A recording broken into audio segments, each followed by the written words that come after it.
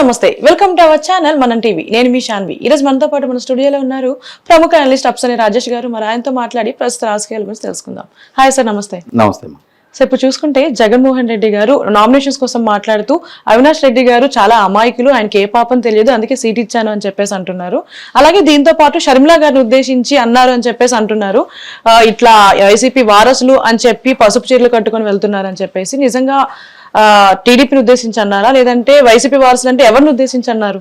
జగన్మోహన్ రెడ్డి గారు ఈరోజు పులివెందల్లో ఎమ్మెల్యే అభ్యర్థిగా ఆయన నామినేషన్ దాఖలు చేస్తూ ఆ దాఖలు చేసిన తర్వాత అక్కడ బహిరంగ సభలో ప్రసంగిస్తా ఒక రకంగా తనను తాను సమర్థించుకుంటూ అలాగే తన రాజకీయ ప్రత్యర్థులను విమర్శిస్తూ ఆ విమర్శించే ప్రాసెస్లో పులివెందుల ప్రజలకి వివరణ ఇస్తున్నాను అన్నట్టుగా ఒక రకంగా తన స్థాయిని తన వ్యక్తిత్వాన్ని తానే పలసం చేసుకునే వ్యాఖ్యలు చేశారు.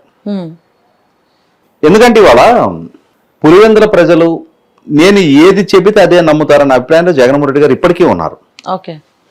ఒక అంశాన్ని ఆయన గుర్తించాల్సింది ఏంటి అంటే రాజకీయాలు అనేది ఇప్పుడు డైనమిక్గా ఉంటాయి. పరిస్థితులు పరిణామాలను బట్టి రాజకీయాలు కూడా మార్పు చెందుతూ ఉంటాయి. మనం రోడ్డు మీద పాతిన మైలురాయి లాగా మనం ఇంకొక 10 ఏళ్ల తర్వాత వచ్చినా కూడా మైలురాయి అక్కడే ఉండదు, అంటే మైలురాయి అక్కడే ఉంటుంది, కానీ రాజకీయాలు అట్లా ఉండవు. రాజకీయాలు సిచ్యుయేషన్స్ని బట్టి ఆల్టర్ అవుతూ ఉంటాయి. వాస్తవంగా 1978లో వైఎస్ రాజశేఖర రెడ్డి గారు మొట్టమొదటిగా పులివెందుల నుంచి శాసనసభ్యుడిగా ఎన్నికైన నాటి నుంచి ఈ రోజు దాకా అంటే 46 సంవత్సరాల పాటు రాజశేఖర రెడ్డి గారి కుటుంబ సభ్యుల్ని ఆదరిస్తూ వచ్చింది పులివెందుల నియోజకవర్గం. ఒక రకంగా రాజశేఖర రెడ్డి గారు, వివేకానంద రెడ్డి గారు, విజయలక్ష్మి గారు, జగన్మోహన్ రెడ్డి గారు, ఈ నలుగురే ఇప్పటిదాకా పులివెందులకి ప్రాతినిధ్యం వహిస్తూ వచ్చారు ఈ 46 సంవత్సరాలుగా. రాజశేఖర రెడ్డి గారు పార్లమెంట్కి పోటీ చేసిన సందర్భంలో వివేకానంద రెడ్డి గారు ఎమ్మెల్యేగా, రాజశేఖర రెడ్డి గారు కాలం చేసిన తర్వాత ఉప ఎన్నికల్లో విజయలక్ష్మి గారు గారి తర్వాత జగన్మోహన్ రెడ్డి గారు 2014, 19 ఇప్పుడు 3వసారి ఆయన పోటీ చేస్తూ ఉన్నారు.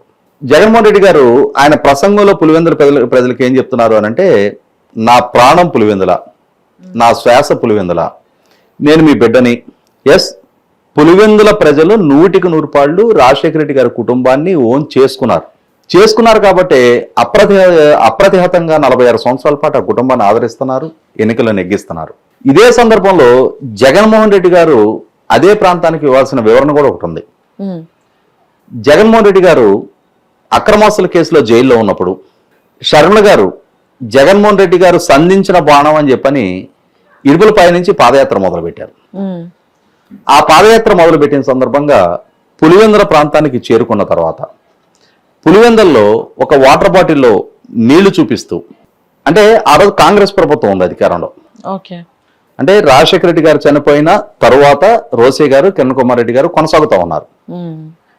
అంటే 1975 నుంచి 2009లో రాజశేఖర రెడ్డి గారు చనిపోయేదాకా వివేకానంద రెడ్డి గారు, రాజశేఖర రెడ్డి గారే ప్రాతినిధ్యం వహిస్తూ వచ్చారు ఆ నియోజకవర్గానికి. అంతకుముందు 5 సంవత్సరాల 3 నెలలు రాజశేఖర రెడ్డి గారు ముఖ్యమంత్రిగా కొనసాగున్నారు. అటువంటి సందర్భంలో రాజశేఖర రెడ్డి గారు చనిపోయి కొద్ది టైం అయింది. అప్పటికి శర్మ గారు ఏమంటారంటే, ఆ బాటిల్ నీళ్లను చూపిస్తా, చూసారా ఇక్కడ నీళ్లు ఎంత అంటే మురికి బట్టి ఉన్నాయో, పులివెందుల ప్రాంతానికి ఈ ప్రభుత్వం తాగునీరు కూడా సక్రమంగా సరఫరా చేయటం లేదు, పులివెందుల ప్రజలకు తాగే నీటి కూడా నోచుకోలేదా అని చెప్పని ప్రశ్నించారు. ఒక రకంగా అది ఎవరిని ప్రశ్నించినట్టు, ఆ పులివెందుల్లో సర్పంచ్ నుంచి MPP, ZPTC, municipal chairman, MLA, MP, ముఖ్యమంత్రి వరకు వీళ్ళ కుటుంబ సభ్యులే. మరి వాళ్ళని దశాబ్దాల తరబడి ఆదరిస్తూ, వాళ్ళకు ఓట్లేస్తూ, వాళ్ళ గెలుపుకి దోహదం చేసి, వాళ్ళ రాజకీయ భవిష్యత్తుని సాకారం చేస్తూ వచ్చిన పులివెందుల ప్రజలకి తాగునీటికి నోచుకోలేదు అని అంటే ఎవరంటే నెపం? వాళ్ళ కుటుంబానికి కదా. అక్కడ మొట్టమొదటి కల్పిట్స్ వీళ్ళే. అంటే ప్రజల యోగక్షేమాలు పట్టించుకోలేదు, ప్రజలకి కనీస అవసరాలైన తాగునీరు కూడా ప్రొవైడ్ చేయందిగా వాళ్లే మిగిలిపోతారు. ఇవి విస్మరించేసి జగన్మోహన్ రెడ్డి గారు ఈరోజు కూడా, ఒకనాడు ఇది దుర్భిక్ష ప్రాంతం, ఈరోజు కృష్ణా జలాల కళ సాకారమైంది అని అంటే మా నాన్నగారే కారణం అని చెప్పని చెప్తున్నారు. ఒక వాస్తవ పరిస్థితి ఏంటి అంటే, గాలేరు నగరి కాన్సెప్టలైజ్ చేసింది ఎన్టీ రామారావు గారు. రాజశేఖర రెడ్డి గారి హయాంలో పనులు వేగవంతం అయింది వాస్తవం, కానీ అది సఫలీకృతం చేసింది చంద్రబాబు నాయుడు గారు. 2014-19 మధ్య పులివెందుల నియోజకవర్గానికి నీళ్లు అందించింది చంద్రబాబు నాయుడు గారు, రాజశేఖర రెడ్డి గారు కాదు. ఓకే. రాజశేఖర రెడ్డి గారి కంట్రిబ్యూషన్ కూడా ఉంది, ఆయన పాత్ర లేదని చెప్పని కూడా మనం కూడా చెప్పడానికి వీల్లేదు. ఆయన హయాంలో కూడా పనులు వేగవంతంగా జరిగినాయి. కానీ తర్వాత 5 సంవత్సరాల్లో పనులు వేగవంతంగా జరగల. రాజశేఖర రెడ్డి గారు చనిపోయిన తర్వాత మళ్ళీ 2014లో విభజన జరిగిన రాష్ట్రంలో చంద్రబాబు నాయుడు గారు ముఖ్యమంత్రిగా బాధ్యతలు చేపట్టిన తర్వాతే వేగవంతమైనవి. మరి ఇప్పుడు 5 ఏళ్లు జగన్మోహన్ రెడ్డి గారు ముఖ్యమంత్రి కదా, ఆయన హయాంలో సాధించిన పురోగతి ఏంటి? ఆ పులివెందుల నియోజకవర్గంలో అయినా, ఆ కడప నియోజకవర్గంలో అయినా, రాయలసీమ ప్రాంతంలో అయినా. ఇప్పుడు ఆయన రాజకీయ విమర్శలు చాలా చేస్తా ఉన్నారు. తన కుటుంబ సభ్యులను కూడా తన సొంత తోడబుట్టిన చెల్లెలని ఇప్పుడు ఆయన ప్రస్తావించిన సందర్భం ఏంటి అంటే, షర్మిల గారు తన కుమారుడి వివాహ సందర్భంగా శుభలేఖ ఇవ్వడానికి చంద్రబాబు నాయుడు గారి ఇంటికి వెళ్ళారు. ఓకే. ఇవాళ ఒక శుభకార్యానికి పిలుచుకోవటానికి రాజకీయ వైరుధ్యాలకి సంబంధం లేదు. అవును. ఇప్పుడు మనం గతంలో చూసాం. ఇవాళ నిత్యం రామోజీరావు గారిని విమర్శిస్తున్న జగన్మోహన్ రెడ్డి గారు ఒక మ్యారేజ్ ఫంక్షన్ లో రామోజీరావు గారు కూర్చొని ఉంటే ఆయన దగ్గరికి వెళ్ళి నమస్కారం చేసి ఆయన పక్కన కూర్చొని చేతులు కలిపిన తీరు చూసాం మనం.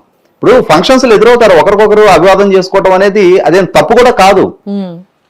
రాజకీయ వైరుధ్యాలుగానే ఉండాలి. వ్యక్తిగత సంబంధాలని అంటే వ్యక్తిగత సంబంధాలు తెంపేసుకునే అంతటి స్థాయి శత్రుత్వాలు ఉండకూడదు వాస్తవంగా. కానీ ఇవాళ జగన్మోహన్ రెడ్డి గారు శత్రుత్వ స్థాయికి పెంచేశారు రాజకీయాల్ని. ఇవాళ తన చెల్లెలు షర్మిల గారు చంద్రబాబు నాయుడు గారిని పెళ్లికి ఆహ్వానించడానికి వాళ్ళ ఇంటికి వెళ్ళడానికి తప్పడుతున్నారు ఆయన. రేపు జగన్మోహన్ రెడ్డి గారికి 2 బిడ్డలు ఉన్నారు, వాళ్ళకి ఏదో సందర్భంలో వివాహాలు ఖాయమవుతాయి. ఆయన కూడా ఆహ్వానిస్తారు కదా, చాలా మందిని ఇళ్ళకెళ్ళే పిలుస్తారు కదా, అది ఎట్లా నేరం? లేదు, ఇప్పుడు చాలా మంది పెళ్లిళ్ళు చేసుకునే వాళ్ళు జగన్మోహన్ రెడ్డి గారిని ఆహ్వానిస్తూ ఉంటారు కదా. ఇప్పుడు అది నేరంగా పరిగణిస్తే దానికి ఏ రంగు చీర కట్టుకున్నారు అని చెప్పని తన చెల్లెలు కట్టుకున్న చీర రంగును ప్రస్తావించడం 100% ఆక్షేపణీయం. ఒకనాడు అమరావతి మహిళల ఉద్యమాన్ని కించపరుస్తా బీజేపీ నాయకుడు విష్ణువర్ధన్ రెడ్డి అమరావతి ఉద్యమ మహిళలు ఈ స్థాయి ఖరీదున్న చీరలు కట్టుకుంటున్నారు అని చెప్పని మహిళల చీరల ఖరీదు గురించి లైవ్ లో ప్రస్తావించి ఒక అవమానకర వ్యాఖ్య చేశాడు. అదే ఆ రోజు విమర్శలకి గురైంది ఆ వ్యాఖ్య. అలాగే వాళ్ళ ముఖ్యమంత్రి స్థానంలో ఉండి తన తోడబుట్టిన చెల్లెలు ఏ రంగు చీర కట్టుకుంది అనేది బహిరంగ సభలో ప్రస్తావించడం ఏంటి? అది అంటే చంద్రబాబు నాయుడు గారి ఇంటికి వెళ్తూ ఎల్లో చీర కట్టుకున్నారు, లేదు ఇంకొక నాయకుడిని ఆహ్వానించే సందర్భంలో ఆ రంగు చీర కట్టుకున్నారామె. ఇప్పుడు జగన్మోహన్ రెడ్డి గారు సతీమణి భారతి గారు ఉన్నారు, వారు ఎప్పుడు ఎల్లో కలర్ డ్రెస్ కానీ ఎల్లో కలర్ చీర కానీ కట్టుకోరా? అది ఇప్పుడు సహజం. అది ఇప్పుడు మహిళలు వాళ్ళకి నచ్చిన రంగు చీర కట్టుకుంటారు, దాన్ని రాజకీయాలకు ఆపాదించాల్సిన అవసరం లేదు. ఇప్పుడు అది ఎల్లో కలర్ శారీని ఏదైతే ప్రస్తావించారో అది టీడీపీకి సంబంధించిన కలర్ అని చెప్పేసి అంటున్నారు. ఇప్పుడు చంద్రబాబు నాయుడు గారు ఇంటికి వెళ్ళారు అని చెప్పని ఇప్పుడు నేను అదే అంటున్నా. ఇప్పుడు వైసీపీ పార్టీ మహిళా నాయకులు ఉన్నారు, వాళ్ళు ఎప్పుడు జగన్మోహన్ రెడ్డి గారి పార్టీకి సంబంధించిన బ్లూ కలర్ బట్టలు వేసుకుంటారా? లేదు. ఇప్పుడు ఎవరికి ఇష్టమైన రంగు వాళ్ళు వేసుకునే స్వేచ్ఛ హక్కు ఉంది. అందులో మహిళల గురించి ప్రస్తావించే సందర్భంగా గౌరవనీయంగా సంబోధించాల్సిన అవసరం ఉంటుంది. ఇప్పుడు జగన్మోహన్ రెడ్డి గారు తన చెల్లెల్ని రాజకీయంగా చెల్లెలతో విభేదిస్తే ఆమె లేవనెత్తుతున్న రాజకీయపరమైన అంశాలకి సమాధానం చెప్పొచ్చు. అవును. వైసీపీ సోషల్ మీడియా ప్రత్యర్థి రాజకీయ పక్షాలకు సంబంధించిన మహిళా నాయకురాలని, రాజకీయంగా జగన్మోహన్ రెడ్డి గారిని విమర్శించిన మహిళలను కూడా వాళ్ళ స్థాయి భేదం వయసు తారతమ్యం పట్టించుకోకుండా ఇష్టారీతిన బాడీ షేమింగ్ చేసిన సందర్భాలు కూడా చాలాసార్లు చూసాం మనం. అవును. అదే సందర్భంలో వైసీపీ పార్టీకి సంబంధించిన వివిధ హోదాల్లో ఉన్న ప్రజాప్రతినిధులు కూడా కేంద్ర ఆర్థిక శాఖ మంత్రిగా ఉన్న నిర్మలా సీతారామన్ గారిని, భారతీయ జనతా పార్టీ రాష్ట్ర శాఖ అధ్యక్షురాలుగా ఉన్న పురంధరేశ్వర్ గారిని, చంద్రబాబు నాయుడు గారి సతీమణి భువనేశ్వర్ గారిని, చంద్రబాబు నాయుడు గారి కోడలు బ్రాహ్మణి గారిని, అలాగే తెలుగుదేశం పార్టీలో వివిధ హోదాల్లో పనిచేస్తున్న మహిళా నాయకురాలని, ముఖ్యంగా అమరావతి మహిళల్ని ఎంత జుగుసాకరమైన భాషతో ట్రోల్ చేసింది చూసాం మనం. అదే వరడు కొనసాగిస్తా జగన్మోహన్ రెడ్డి గారితో రాజకీయంగా విభేదించారనే ఏకైక కారణంతో తన సొంత తోడబుట్టిన చెల్లెలు షర్మిల గారిని కూడా ఎటువంటి జుగుసాకరమైన పదజాలంతో ట్రోల్ చేసింది చూసాం మనం. ఇంకొక అడుగు ముందుకేసి ఆమెను బాడీ షేమింగ్ చేసిన పోస్టులు కూడా నేను చూసా. అంటే చాలా అభ్యంతరకరమైన వ్యవహారం అది. దాన్ని కట్టడి చేయాల్సిన జగన్మోహన్ రెడ్డి గారు, ఇవాళ జగన్మోహన్ రెడ్డి గారు అసెంబ్లీలో ఆయన గురించి ఏం పొగిడారు? రాష్ట్రంలో మహిళలకు ఏదైనా ప్రమాదకర పరిస్థితులు ఎదురైతే గన్ కన్నా ముందు జగన్ వస్తాడు అని చెప్పుకున్నారు. అవును. రాష్ట్రంలో దిశ యాక్ట్ తీసుకొచ్చా, దిశ పోలీస్ స్టేషన్ పెట్టా, దిశ యాప్ తీసుకొచ్చా అని చెప్పని ఆర్భాట ప్రచారం చేసుకున్నారు. రాష్ట్రంలో ఉన్న మహిళల రక్షణ కోసం కట్టుబడి ఉన్నాను అని చెప్పని చెప్పుకునే జగన్మోహన్ రెడ్డి గారు, ఆయన పార్టీ, వాళ్ళ శ్రేణులు, వాళ్ళ నాయకులు జగన్మోహన్ రెడ్డి గారి తోడబుట్టిన చెల్లెలకి రక్షణకి కొరవడే విధమైన వ్యాఖ్యలు చేయటం ఏంటి? ఆమె రాజకీయ కార్యక్రమాలు నిర్వహించుకుంటా ఉంటే ఆ సభలకు వెళ్ళి అలజడి సృష్టించే ప్రయత్నం చేయటం ఏంటి? ఇదే ప్రయత్నం జగన్మోహన్ రెడ్డి గారి సభల్లో మిగిలిన రాజకీయ పక్షాలకు అటువంటి ప్రయత్నం చేస్తే సహిస్తారా? 100% జగన్మోహన్ రెడ్డి గారు ఒక రకమైన ఇన్సెక్యూరిటీలో ఉన్నారు. తన చెల్లెళ్ళు సూటిగా స్పష్టంగా లేవనెత్తుతున్న అంశాలకి సమాధానం చెప్పలేని నిస్సహాయ స్థితిలో ఈ రోజు ప్రజల ముందు తన అమాయకత్వాన్ని నటిస్తున్నారు ఆయన. అసలు షర్మిల గారు ఎందుకు విభేదించింది మీతో? కారణం ఏంటి? ఆమెకామగా విభేదించిందా? మీరు ఆమెను ఎడగబెట్టారా? మొట్టమొదటగా మీకు ఆమె రుణపడి ఉందా? ఆమెకు మీరు రుణపడి ఉన్నారా? ఇవాళ మీరు పార్టీ అధ్యక్షుడిగా, ప్రధాన ప్రతిపక్ష నాయకుడిగా, ముఖ్యమంత్రిగా మీకు ఈ స్థాయి హోదా దక్కిని. ఇదేమీ లేని ఒక రోజు ఉంది. మీరు కాంగ్రెస్ పార్టీతో విభేదించి కాంగ్రెస్ పార్టీ ద్వారా సంక్రమించిన ఎంపీ పదవికి మీరు, ఎమ్మెల్యే పదవికి మీ తల్లిగారు రాజీనామా చేసి ఉప ఎన్నికల్లో నెగ్గిన తర్వాత కాంగ్రెస్ పార్టీ ప్రభుత్వ హయాంలో మీ మీద అక్రమాస్తుల కేసులు నమోదైంది. మీరు జైలు పాలయ్యారు. ఆ జైలు పాలు అయ్యున్న సందర్భంలో ఈ పార్టీ తరఫున ఇద్దరే ప్రజాప్రతినిధులు, తల్లి కొడుకులు మాత్రమే ఉన్నారు. వీరి మీద ఇంత గంభీరమైన ఆరోపణలతో కేసులు నమోదైనాయి. వీళ్ళు జైలు పాలై ఉన్నారు. ఇక ఈ పార్టీకి మనుగడ ఉంటుందా? ఈ పార్టీ తిరిగి బతికి గట్టగలిగే పరిస్థితి ఉత్పన్నం అవుద్దా అని చెప్పని ప్రజల్లో రకరకాల చర్చలు నడుస్తున్న సందర్భంలో మీ పార్టీకి, మీ ఆబ్జెన్స్ లో, మీరు జైల్లో ఉన్న సందర్భంలో రెస్క్యూకి వచ్చి ఆ పార్టీని నిలబెట్టి బతికి బట్టగట్టించింది మీ తోడబుట్టిన చెల్లెలు. ఒక ఆడబిడ్డగా నా తండ్రి చనిపోయారు, నా అన్న జైలు పాలై ఉన్నాడు, నా అన్నకు అండగా నిలబడాల్సిన బాధ్యత నా మీద ఉంది అని చెప్పిన ఒక గురుతర బాధ్యతతోటి ఒక సాహసించి ఒక ఆడబిడ్డ 3,800 కిలోమీటర్ల పాదయాత్ర చేయడం జరిగింది. ఆ పాదయాత్రే ఆ పార్టీని వాళ్ళ ప్రజల్లో బలంగా చేరువ చేసింది. ఆ చేరువ చేసిన పుణ్యమే ఇవాళ మీకు ఈ ముఖ్యమంత్రిత్వం దక్కింది. దాన్ని విస్మరించి మీరు ఆమెకేం అవకాశం కల్పించారు? 2019 ఎన్నికల్లో మీరు ముఖ్యమంత్రిగా ఎంపికయ్యేదాకా మీకు ప్రచార బాధ్యతలు ఆమె నిర్వహించింది. మీ గెలుపు కోసం దోహదం చేసింది. పార్టీలో మీరు ఏమైనా గౌరవం ఇచ్చారా? ఏమైనా హోదా కల్పించారా? ప్రజాప్రతినిధిగా పోటీ చేసే ఆస్కారం మీరు ఏమైనా ఇచ్చారా ఆమెకి? మీరేమి ఇవ్వాలా? ఈ నిన్న కాక మొన్న ఆమె సబ్మిట్ చేసిన ఎన్నికల అఫిడవిట్లో కూడా ఆస్తి తాలూకు మీరు ఇచ్చిన అమౌంట్ని అప్పుగా చూపించినట్టుగా ఆమె అఫిడవిట్లో అప్పుగా చూపించారు మీ వైపు నుంచి. ఇక్కడ ఒక అంటే మీరు ఆన్సర్ చేయాల్సిన సమస్య కూడా ఒకటి ఉంది. మీరు శర్మ గారికి ఇచ్చిన ఆస్తిని మీరు అప్పుగా పరిగణించినట్టు ఆమె అప్పుగా దాన్ని ఎన్నికల అఫిడవిట్లో చూపించారు. మరి మీరు సబ్మిట్ చేసిన అఫిడవిట్లో మీరు శర్మ గారికి ఇంత అమౌంట్ అప్పు ఇచ్చానని చెప్పని మీరు మెన్షన్ చేయలేదే దాన్ని. ఇప్పుడు మీకున్న ఆస్తిపాస్తుల్లో మీకు శర్మ గారు లైబిలిటీ అయ్యి ఉన్నప్పుడు మీకు అది ఆస్తే కదా, మరి దాన్ని ఎందుకు మెన్షన్ చేయలేదు? ఒక రకమైన ఉల్లంఘన కదా అది. వాస్తవంగా దాన్ని కనుక ప్రతిపక్షాలు రైజ్ చేస్తే మీరు అఫిడవిట్లో పూర్తి వివరాలు మెన్షన్ చేయనందుకు మీ మీద చట్టపరమైన చర్యలు తీసుకోవడానికి, అంటే మీ అఫిడవిట్, మీ ఎన్నికల నామినేషన్ రిజెక్ట్ చేయడానికి ఆస్కారం ఉంటుంది. సరే, ఇంకొక అంశం, మీరు అవినాష్ రెడ్డి గారిని సమర్థిస్తా ఉన్నారు. ఎస్, మీ దృష్టిలో అవినాష్ రెడ్డి అమాయకుడు అయి ఉండొచ్చు. మీకు సమర్థించే అంతటి సాహసం, అంతటి దయాద్ర హృదయత మీకు ఉంటే ఉండుండొచ్చు. కానీ విచారణ జరిపిన సిబిఐ దాన్ని అంగీకరించట్లేదే. ఇవాళ మీరే సిబిఐ విచారణ అడిగారు.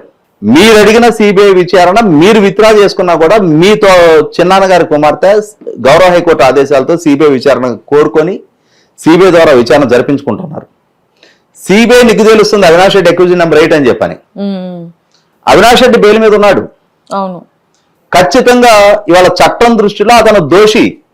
రేపు ఆ దోషత్వం నిరూపణ అవుద్దా కాదనేది కోర్టులో తర్వాత సంగతి. అది ప్రస్తుతానికి అతను అక్యూజ్డ్ నెంబర్ 8.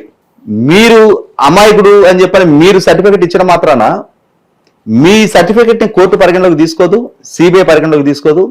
మీరు వివేకానంద రెడ్డి గారిని చంపింది ఎవరో ప్రజలకు తెలుసు అంటున్నారు. ఆ ప్రశ్న మీరు లేవనెత్తిన సందర్భంగా, ఆ ప్రస్తావన మీరు తెచ్చిన సందర్భంగా మీ ఎదుర్కొన్న జనాభా హావభావాలు చూడండి.